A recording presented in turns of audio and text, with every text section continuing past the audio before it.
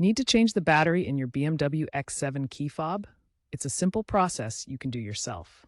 The X7 key fob typically uses a CR2032 coin cell battery. This battery powers the keyless entry, start, and remote functions.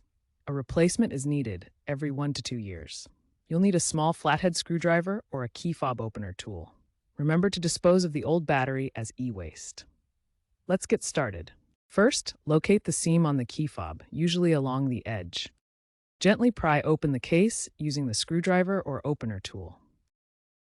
Remove the old CR2032 battery, noting its orientation, positive side up.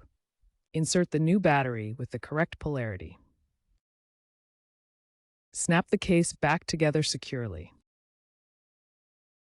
Test the functionality by locking and unlocking your X7. If it doesn't work, double-check the battery orientation and ensure the contacts are clean. If issues persist, consult your BMW dealer.